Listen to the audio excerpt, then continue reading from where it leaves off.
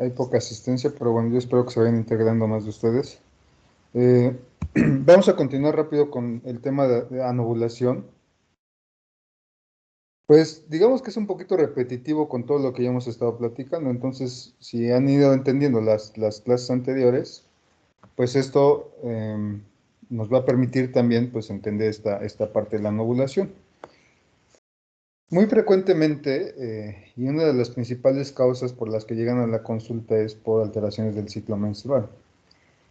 Y una también de las causas frecuentes por las que acuden a la consulta externa en el área de ginecología es por deseo de fertilidad, ¿no? Habitualmente, por ejemplo, llegan las pacientes ya embarazadas, pero cuando no logran embarazo, pues es cuando se preocupan y acuden con nosotros pues para valoración y de alguna manera pues encontrar cuál es la causa por la cual no han logrado embarazo. Entonces, hay diferentes factores, ya lo platicaremos también en el tema que corresponde en cuanto al abordaje de la pareja infértil. Sin embargo, esto lo vamos a mencionar ahorita de forma rápida como causas de infertilidad, ¿no? Entonces, digamos que dentro de la infertilidad hay varios factores que tenemos que buscar. Siempre que abordemos una pareja con infertilidad, pues tenemos que descartar el factor masculino.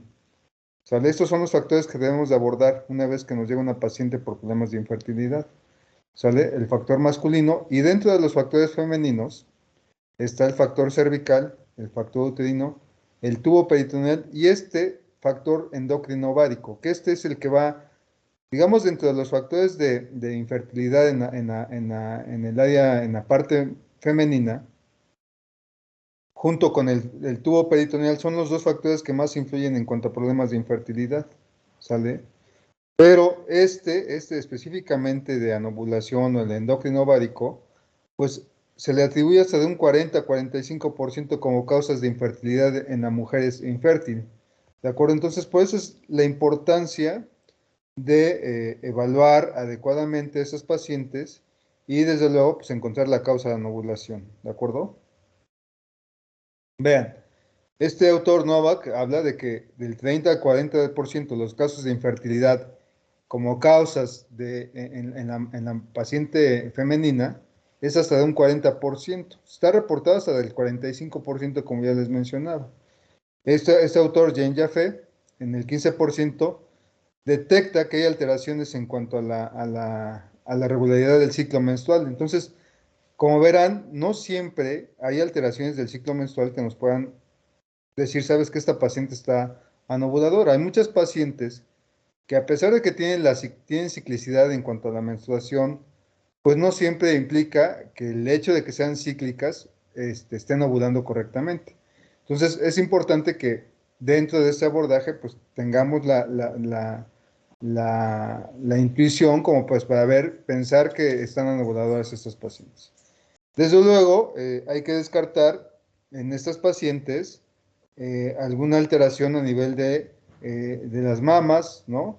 Que haya, desde luego, la dismenorrea o algo menorrea, el dolor a la menstruación, que nos puedan sugerir que haya alguna otra alteración, por ejemplo, a nivel mamario, la producción de prolactina que pueda condicionar anovulación o dismenorrea, por ejemplo, el dolor cíclico durante la menstruación, que sea intenso, incapacitante, pues asociado a problemas de endometriosis, ¿no? Y que eso también puede ser una causa de infertilidad. Pero vean, 40% de los casos de infertilidad como factor de infertilidad en la mujer es asociado a causas de anovulación, ¿sale? Existen dos pruebas inequívocas de embarazo y la única que es 100% sensible es el embarazo. O sea, eso nos habla de que realmente esta paciente ovuló y entonces pues se logran embarazar. Es la única prueba sensible, 100% sensible.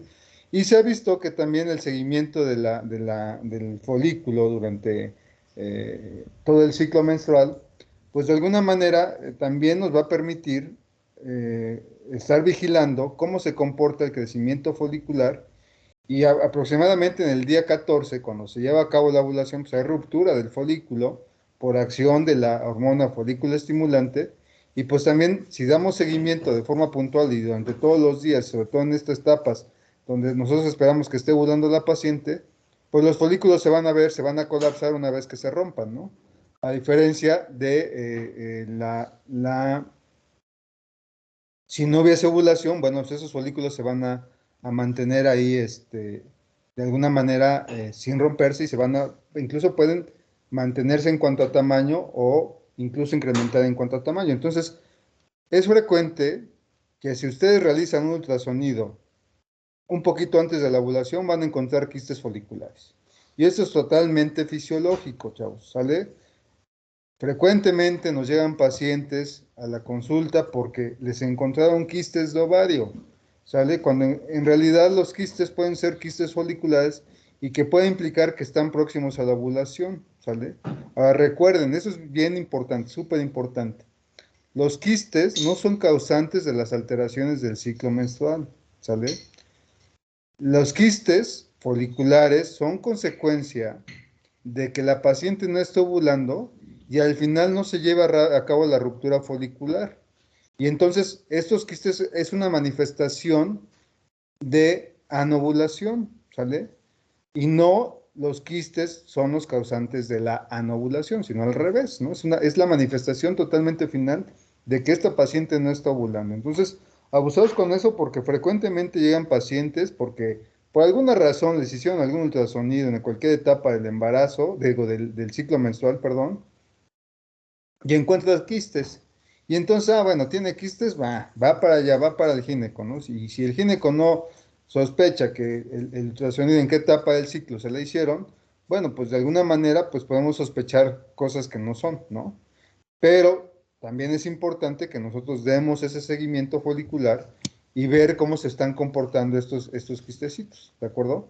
Entonces, vean el tamaño de los quistes, vean las características de los quistes, vean el comportamiento de la ciclicidad de la menstruación y en base a eso, pues ver si hay causas de no ovulación o no. Pero estas dos pruebas, como ya mencionamos, tanto embarazo como la ruptura folicular, pueden ser dos pruebas inequívocas de ovulación. Entonces, veamos, hay varias pruebas clínicas, que podemos estar vigilando la ovulación y de esta manera, pues dar seguimiento a cada paciente. Una puede ser la citología vaginal seriada, ¿sale? Es decir, ver el comportamiento del moco cervical. Muchas pacientes se identifican totalmente, y esta es la prueba conocida como prueba de Billings, en la cual, digamos que ubican bien las características del moco cervical y de alguna manera es un moco filante, rico en glucoproteínas,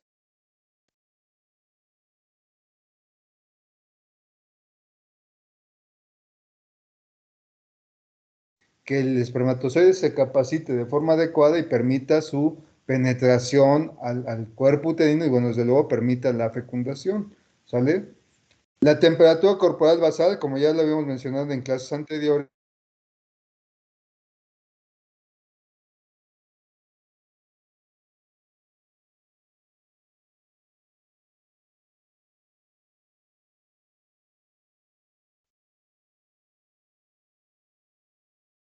perdón, creo que me quedé sin señal, pero ya está, ¿no? Si no se libera la progesterona, la temperatura corporal basal, les comentaba, es otra prueba de anovulación y es por el efecto termógeno.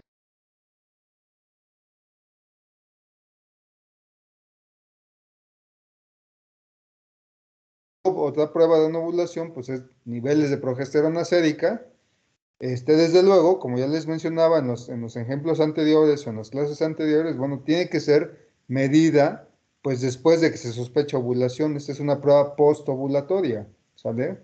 Desde luego, la biopsia de endometrio también nos puede hablar de ovulación, ¿sale?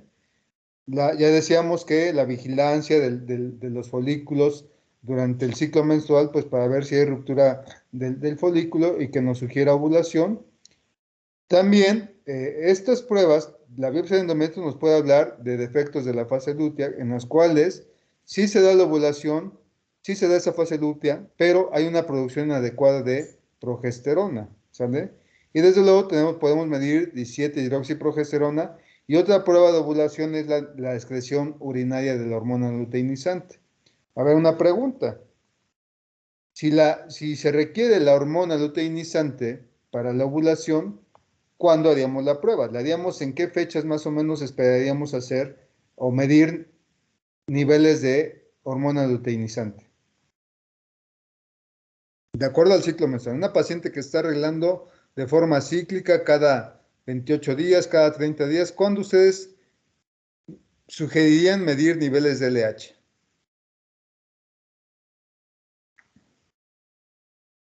Pues en el día 14, ¿no? Día 14, pues puede ser, a lo mejor, pero acuérdense que la LH es predictiva de ovulación. ¿Cuándo se da el pico de LH? ¿Antes, durante o después de la ovulación? Así un poco antes. De hecho, Un se poco da antes, antes, ¿no? Doc. Entre 24 a 48 horas previos a la ovulación. Entonces, nosotros solicitaríamos pruebas de LH, pues entre el día 10, 11, 12, 13, 14 del ciclo menstrual, ¿no? Pues para ver en qué momento se da este pico de LH y entonces sí, una vez que sale positiva la prueba de la excreción urinaria de LH, pues programar, sugerir a las parejas coito programado, pues para que en ese periodo, si ustedes sabemos que el pico de LH se da con 24 o 48 horas de anticipación, bueno, sugerir que en un día o en 24 horas o en 48 horas, coito programado, ¿no? Pues para buscar con deseos o situaciones de fertilidad, ¿de acuerdo? Ahora, lo contrario, ustedes están vigilando, por ejemplo, a una paciente que le dicen, bueno, a lo mejor no la quieren hacer gastar y le dicen, bueno, pues hazte una curva de temperatura corporal basal. ¿En qué fecha esperarían que esta temperatura se elevara? Antes del día 14, después del día 14, en la menstruación, ¿en qué momento? 7 días después, ¿no? Del día ¿Cuántos 14. días, perdón? 7.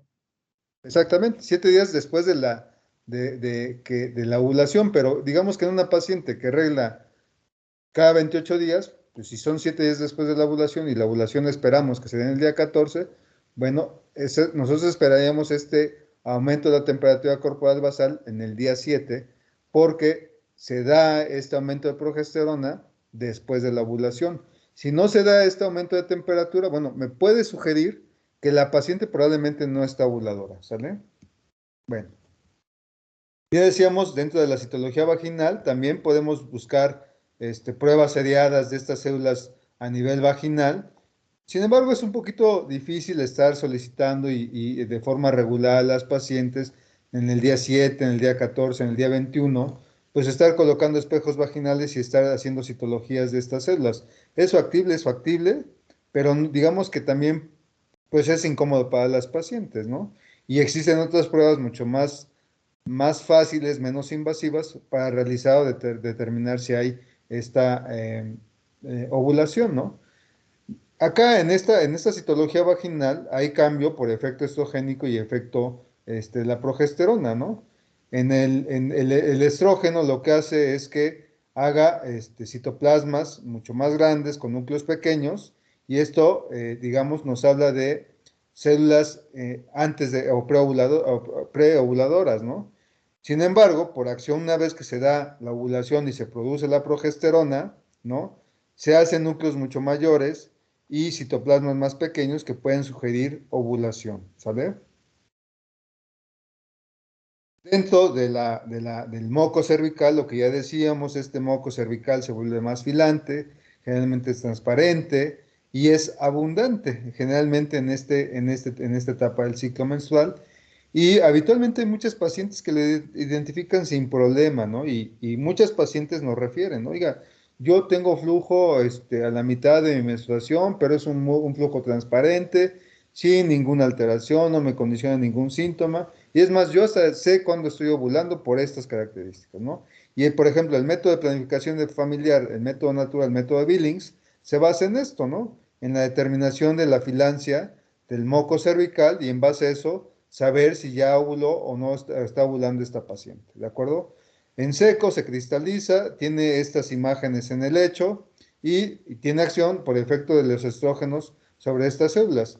Y si ustedes analizaran después de la ovulación este moco en un microscopio, verían que aumenta la celularidad, ¿sale? Otra pruebita también es la medición de 17-hidroxiprogesterona en el día 21 y el día 27, y se tendría que encontrar por niveles por arriba de 2 nanogramos que nos puedan hablar de que niveles de progesterona sí están en fase ovulatoria, ¿sale? Ya decíamos que otra prueba de la ovulación, pues es la temperatura corporal basal o la cruda temperatura bifásica. Esta pues es muy sencilla hacerla, no es cruenta, no es invasiva, no cuesta. O sea, a lo mejor lo que les costaría es ahora ya en las aplicaciones en los teléfonos, muy frecuentemente, pues ya tienen ahí como la manera de estar anotando la temperatura corporal basal diaria. Sin embargo, en mi época, cuando yo estaba en la Facultad de Medicina, que ya tiene algunos añitos, yo tengo terminé la facultad en el 99, bueno, hice mi examen profesional en el 99, entonces ya estamos hablando de algunos añitos, y digamos que en esa época todavía nos hablaban, no sé si ustedes hayan conocido, conozcan todavía estas hojas milimétricas, y lo que se sugería es que en estas hojas milimétricas, pues graficar todos los días, ir punteando la temperatura corporal basal, ¿no? Y en eso pues iban graficando todos los días, todos los días, todos los días, y bueno, pues ya de acuerdo al día, pues se observa ese aumento de temperatura, ¿sale? Se tiene que hacer todos los días antes de levantarse, comer, o tomar algún líquido, ¿sale? Se debe evitar fumar, ¿no? Y el aumento de la temperatura corporal basal, pues tiene que ver con el efecto termógeno de la progesterona, ¿sale? Más o menos, digamos que si hay pico de LH, pues más adelante tiene que haber un aumento de progesterona por efecto de ovulación, ¿sale? Esta pruebita, digamos que si hay ovulación, más o menos esperaríamos que entre los 5 o 7 días postovulatorios haya aumento de temperatura, y si hay embarazo, esta temperatura se va a mantener sostenida porque la progesterona se va a mantener en niveles un poquito más elevados, ¿no? Si no hay digamos, ovulación, pues la temperatura se va a comportar prácticamente plana en todo el ciclo menstrual, ¿sale? ¿Cuándo recomendaríamos en estos pacientes el coito programado? Pues una vez que más o menos calculamos si aumenta la temperatura en el día 21, pues de 4 a 5 antes previos al aumento de temperatura, lo ideal es que sea en el día de 5 a 7 días menos de cuando se da el aumento de la temperatura, ¿sale? Porque pues ahí digamos que es cuando se da, suponemos que se da la ovulación, ¿sale? ¿Cuál es la desventaja? Que es una prueba posovulatoria, es decir, nos va a decir esta paciente ya ovuló, ¿sale? En vez de predecirla. Otra manera, pues ya decíamos que es medir niveles de progesterona sérica. Acuérdense que esta se eleva una vez que se da la ovulación y alcanza su pico máximo entre el día 21 y 24 posovulatorios, ¿vale? Digo, día 21 a 24 del ciclo menstrual o día 7 posterior a la ovulación o posovulatorio, ¿sale? Cuando encontramos estos niveles de progesterona de 3 a 4 nanogramos por arriba de estos niveles, nos habla de que la paciente está ovuladora, ¿sale?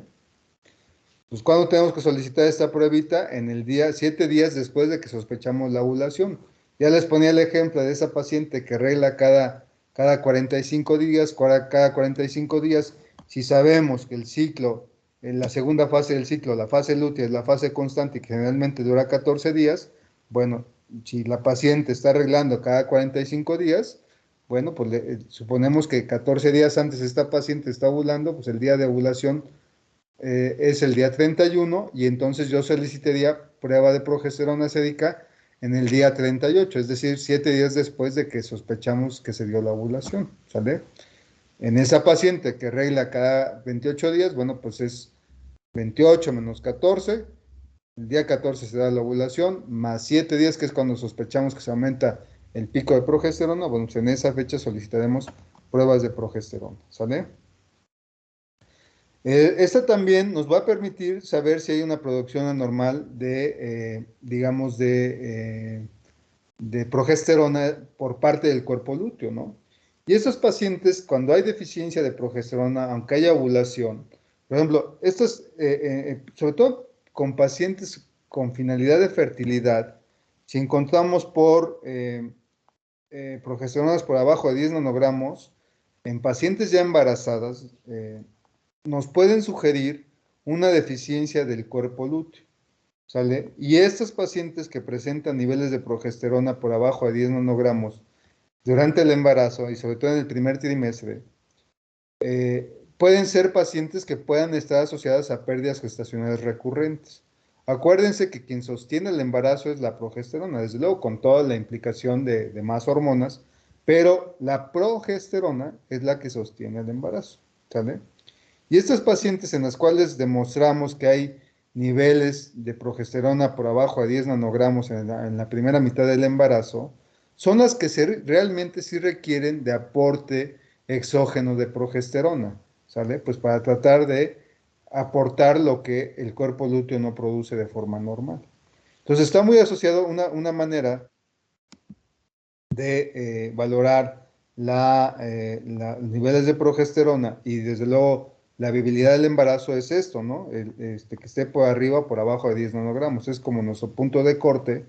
Y estos pacientes, si están por abajo de 10 nanogramos, hay que vigilar cómo se comporta el embarazo y si está asociado, digamos, a pérdidas recurrentes, en estos pacientes que tenemos que dar progesterona exógena, ¿de acuerdo?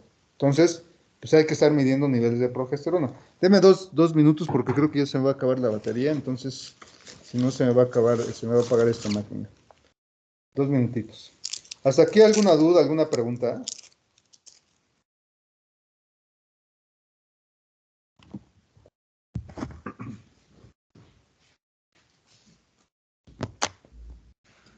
Creo que no, doctor. Parece Ok. que no. Du- Bueno, deme 2 segunditos en lo que acabo de conectar esta máquina y ya estamos. Listo. Bueno, otra prueba, y esta prueba hay que saberlas interpretar, ¿eh? Porque si ustedes pedimos biopsias de endometrio y no las interpretamos de forma adecuada, bueno, pues a veces no sirve de mucho, ¿no? Entonces, los estudios los tenemos que hacer enfocados a lo que sospechamos clínicamente con estas pacientes. Entonces, digamos que en esta paciente, ahí les va el ejemplo clásico que siempre les pido, ¿no? Siempre les pongo. Esta paciente gordita que llega a la consulta con ustedes y les sugiere y les dice, oiga, doctor, fíjese que llevo 3. Les voy a platicar el caso de ayer, en un caso que tuve en el consultorio.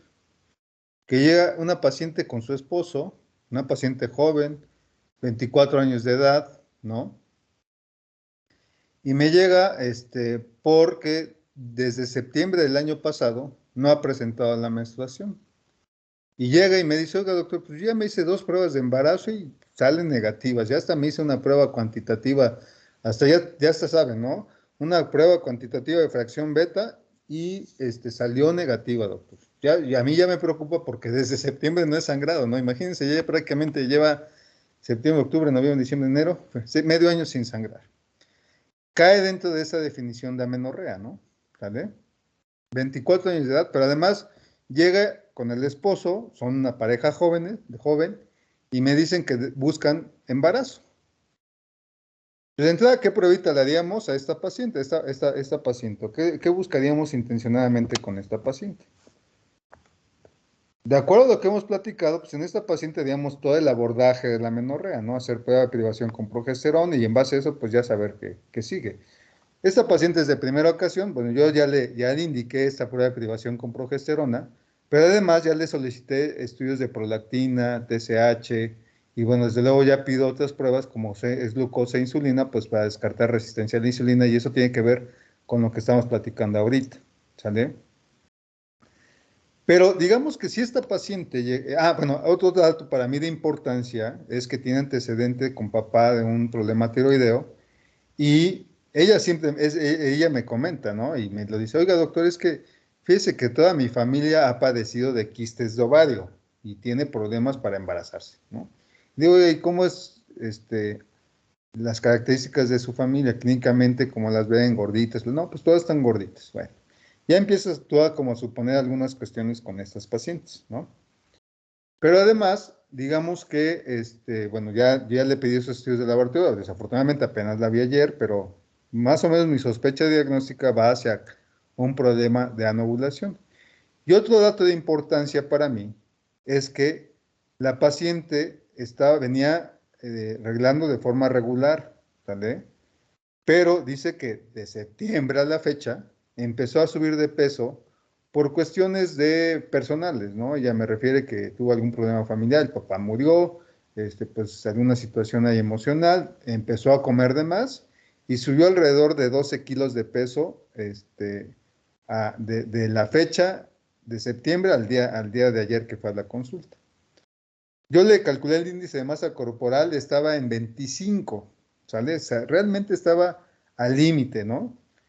Entonces, pero ella sí fue muy específica. Sabe que yo subí mucho de peso y empecé a subir de peso y empecé a ver que mi carita empezó a tener acné, un poquito más de vello a nivel abdominal, ¿no? Entonces, esta paciente pues ya como que me va gritando, ¿no? ¿Cuál pudiera ser el problema? Aumento de peso, problemas de estrés, ¿no? Problemas emocionales, dejó de arreglar, ¿no? Y su índice de masa corporal, aunque no está, digamos, está en límites normales, pero pues aumentó alrededor de 12 kilos de peso en medio año, ¿no? Y eso es un aumento de peso de forma importante. Y ella me decía que venía con ciclos menstruales regulares. Entonces, esta paciente es un ejemplo muy clásico de anovulación crónica, ¿vale? Dejó de arreglar, totalmente dejó de arreglar. Esta paciente, ¿qué es lo que tenemos que hacer? Es una prueba de privación con progesterona. Al yo dar esta pruebita de privación con progesterona, yo lo que esperaría es, digamos, que regle esta paciente. Yo sí sospecho, es una paciente joven, sospecho que sí produce estrógenos, ya sé que las vías de salida están permeables porque de alguna manera esta paciente venía arreglando de forma regular.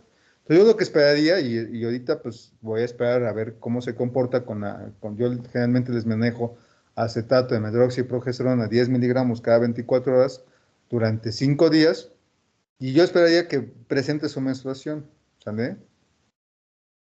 Pero si no, también tengo que esperar los demás resultados del laboratorio, pues para ver si no está alterada la hormona estimulante de tiroides, prolactina, glucosa e insulina. ¿Vale? Entonces, en esta paciente, imagínense que la misma paciente llega con las mismas características clínicas, pero ella les llega y les dice, oiga doctor, llevaba 6 meses sin menstruar, o desde septiembre a la fecha sin menstruar, pero desde la fecha, desde hace 6 meses, desde hace una semana, empecé a sangrar mucho, doctor. Hasta con cuajarones, ¿no? Porque así les dicen las pacientes. Sangré con cuajarones. Y es mucho, ya hasta me siento bien mareada, doctor. Doctor, ¿no? O doctora. Y pues ya no sé qué hacer. Y fíjese que fui con tal médico y me mandó ergotrate. Y pues no se me quita.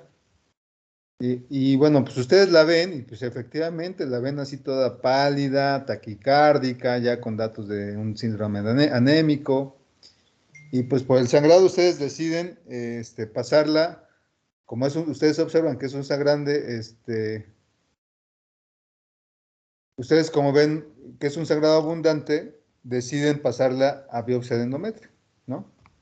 Imagínense que esta biopsia de endometrio la reciben, la biopsia de endometrio en estos pacientes que tienen ya alteraciones o sangrados abundantes tiene dos finalidades. Una es controlar la hemorragia, al ustedes limpiar esa cavidad uterina, rasuran ese endometrio y de alguna manera controlamos el sangrado, si es que descartamos alguna discrasia sanguínea, embarazo, alguna cuestión diferente. Pero hablando de anovulación, digamos que hacen una biopsia de endometrio, controlan la hemorragia, y la otra es que ese tejido que se obtiene se manda a histopatológico. Entonces, digamos que si a ustedes les reportan un endometrio secretor, pues ¿de qué nos hablaría esta biopsia de endometrio? Si es que nos reporta un endometrio secretor.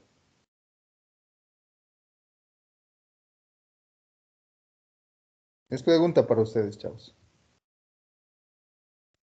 que sí está ovulando.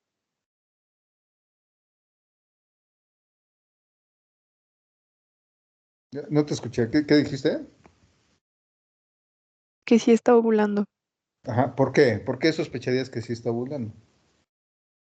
Porque al sí haber progesterona sí se da la fase secretora del ciclo endometrial. Exactamente, ¿no? Pues agua pasa por mi casa, ¿no? Si hay cambio de un endometrio proliferativo a un endometrio secretor, quiere decir que sí se está produciendo progesterona y que ya se produjo ese cambio histológico a nivel del endometrio y que, bueno, pues eso sugiere ovulación, ¿no? Pero en esta paciente lo más probable es que no encontremos un endometrio secretor, ¿no? Porque dejó de sangrar durante 6 meses, ¿no? No sé, septiembre, les hablo desde el mes de septiembre a la fecha, ¿no? Lo más probable y lo más lógico sería encontrar un endometrio proliferativo, ¿sale?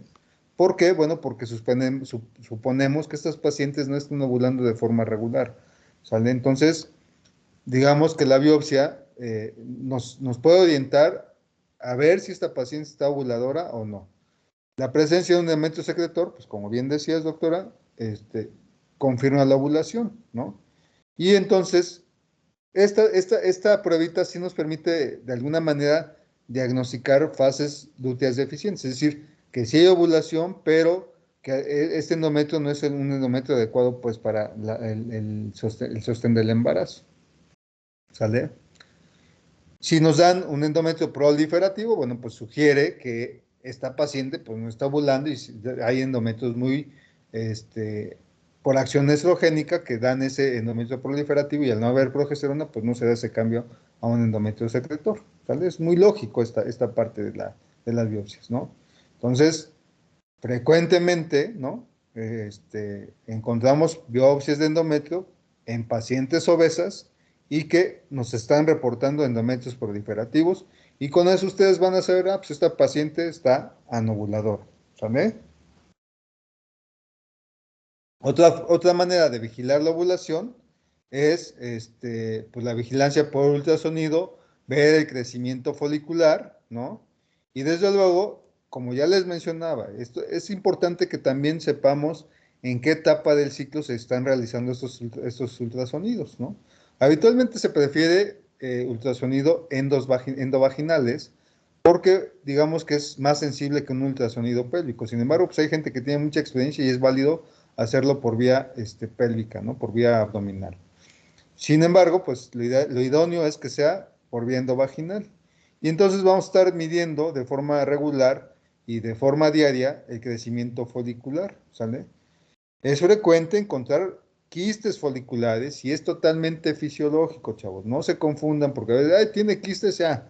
Esta paciente tiene algún problema de quistes y hay que darle hormonas. No, ver en qué etapa del ciclo se encuentra, ver el tamaño folicular.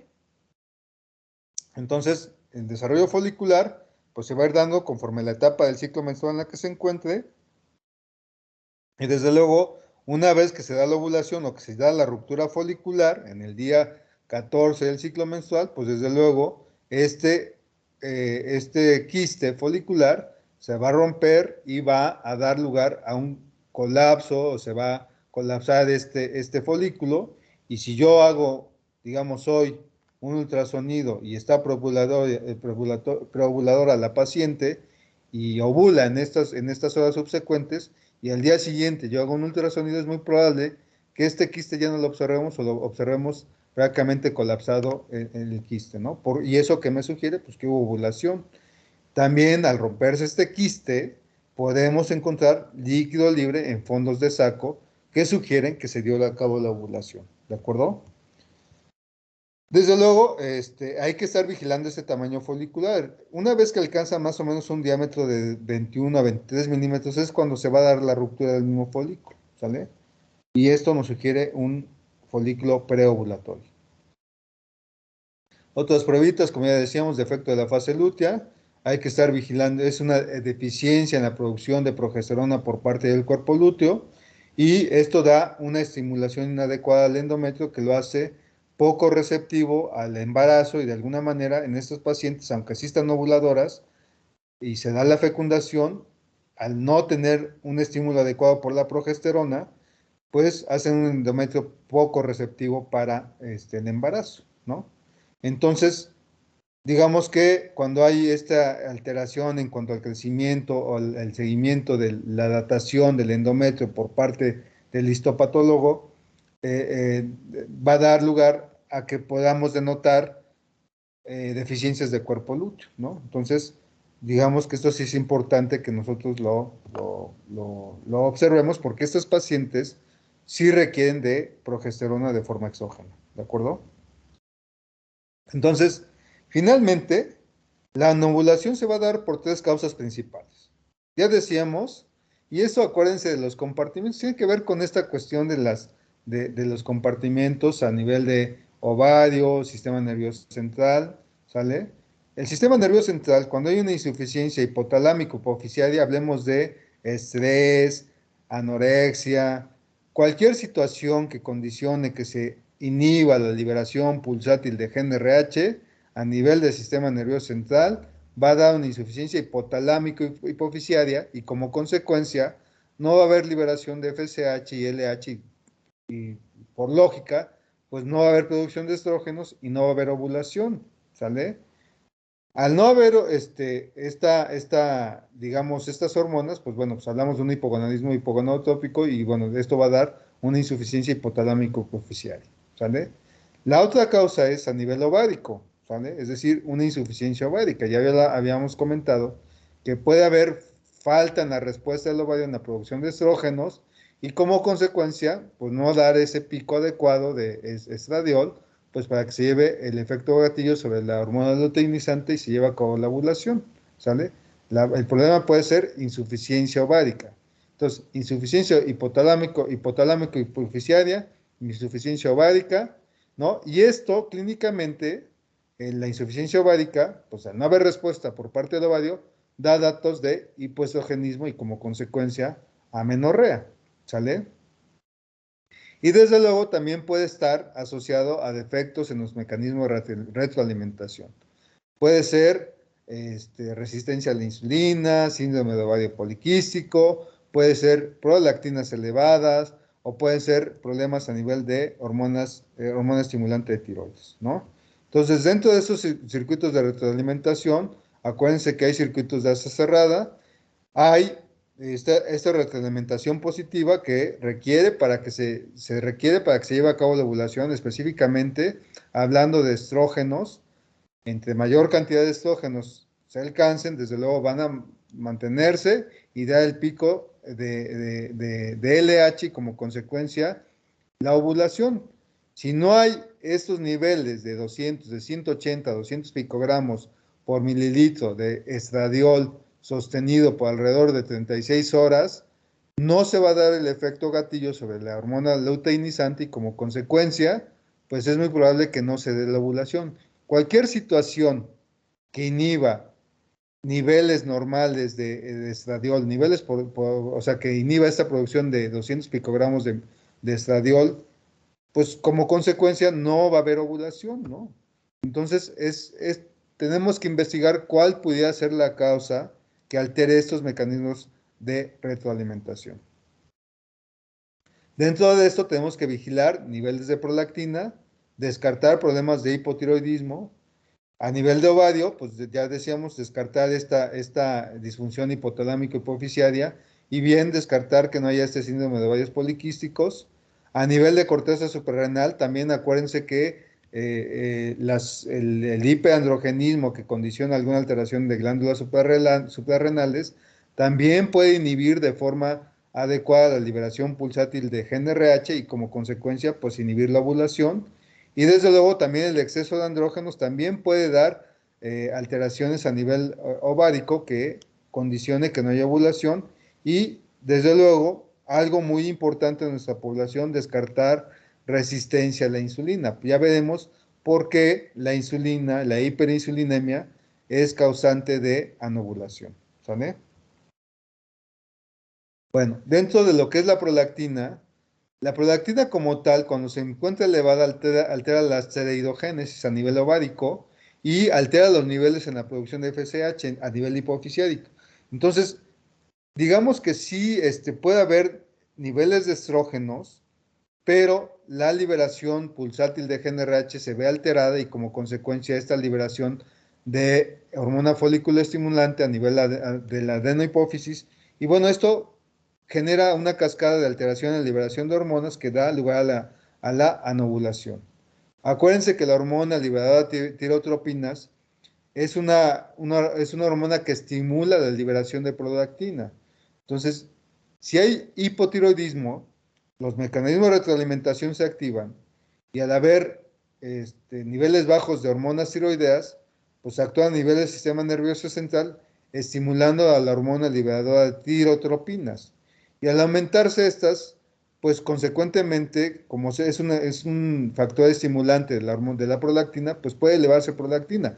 Por eso es que siempre que veamos alteraciones del ciclo menstrual y sobre todo problemas de amenorrea, pues tenemos que buscar intencionadamente problemas tiroideos y como consecuencia también tenemos que descartar problemas de hiperprolactinemia, ¿sale? Ya decíamos que a nivel de glándulas suprarrenales tenemos que descartar alteraciones en la producción de cortisol o bien, digamos, está hiperandrogenismo, pueden sugerir una hiperplasia suprarrenal congénita benigna de aparición tardía. Esa paciente joven que a lo mejor empieza con datos de hiperandrogenismo, que cae en amenorreas secundarias o en amenorreas primarias, ¿no? Que hay alteraciones en cuanto a la presentación de la pubertad, pues tenemos que también buscar intencionadamente que no haya alguna alteración a nivel de glándulas suprarrenales. Y desde luego, la hiperinsulinemia, cuando hay alteraciones sobre todo de resistencia a la insulina, puede dar lugar a aumento en los niveles de andrógenos como es androstenediona y testosterona. Acuérdense que estas hormonas son las precursoras de la formación de estrógenos. Estas se producen a nivel de las células de la teca y por aromatización dan lugar a los estrógenos, ¿sale? Existe a nivel del ovario un receptor que se llama factor de crecimiento similar a la insulina. Y la hiperinsulinemia, cuando están los niveles séricos de insulina están aumentados, este exceso de insulina pueden actuar sobre este factor de crecimiento similar a la insulina a nivel ovárico, específicamente en las células de la teca, y estimular la producción de androstenediona y testosterona. Y este exceso de andrógenos inhibe la ovulación, ¿sale? Entonces, ahorita vamos a platicar de esta parte, pues para que quede claro cómo es que se da esta manifestación clínica y cómo es que se explica el por qué la hiperinsulinemia, la paciente obesa, da lugar a alteraciones del ciclo menstrual y específicamente a una ovulación. Pues la actina normal da lugar a ovulación normal. Sin embargo, cuando se empieza a incrementar, puede dar a fases lúteas cortas como consecuencia, pues puede haber incluso ovulación inicialmente, pero al haber fases lúteas cortas, pues hay niveles de progesterona normales que dan lugar a pérdidas gestacionales recurrentes. Por eso, la paciente con problemas tiroideos de hipotiroidismo están muy asociadas a pérdidas gestacionales recurrentes. Acuérdense, hipotiroidismo aumenta niveles de hormonas liberadoras de tirotropinas y al haber este aumento de hormonas liberadoras de tirotropinas, puede aumentar niveles de prolactina y dar como consecuencia fases lúteas deficientes y estas fases lúteas deficientes dan niveles anormales de progesterona y como consecuencia hacen endometrios poco receptivos al embarazo y pueden estar asociadas a pérdidas gestacionales recurrentes, ¿sale? Con niveles mayores de prolactina, inhiben la liberación pulsátil de GnRH e inhiben la ovulación por alteraciones en la liberación de hormona folículo estimulante, ¿sale? Y ya en niveles tan altos de prolactina pueden dar lugar a inhibición total de la GnRH y como consecuencia amenorreas, ¿de acuerdo? Bueno, vamos a dejarla aquí. No sé si tengan alguna duda, alguna pregunta, jóvenes, doctores, doctoras, doctoras, doctores.